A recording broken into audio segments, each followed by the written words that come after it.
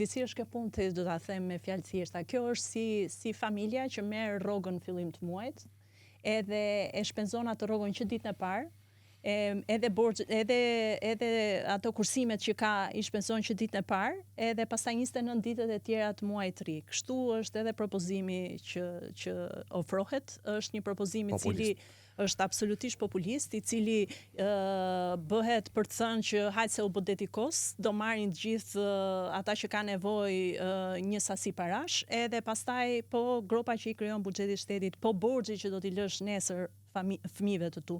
Sepse le të jemi realist, pra buxheti i shtetit në fund ditës është një si në ekonominë e një shtëpie. Pra janë ato kursime që krijohen nga vjelja e të ardhurave, nga taksat, e të cilat pastaj shpenzohen në të mira publike.